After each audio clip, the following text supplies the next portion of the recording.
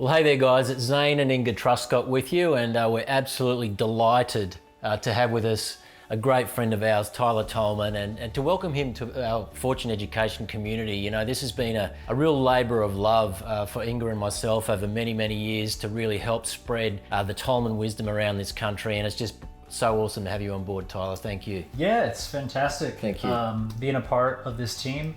I want to thank both of you, for the many years, over 10 years, 13, 15, whatever it is, giving my father the opportunity to really travel around the country and spread this philosophy.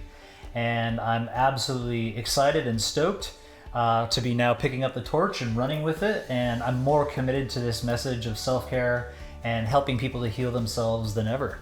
Yeah, it's awesome. They say the apple does not fall far from the tree, and that is exactly the case with the Tolman apple. We're just so grateful. Tyler not only has had a lifetime of wisdom passed down, but he's also a student of the message as well. So we are constantly learning, constantly evolving and growing.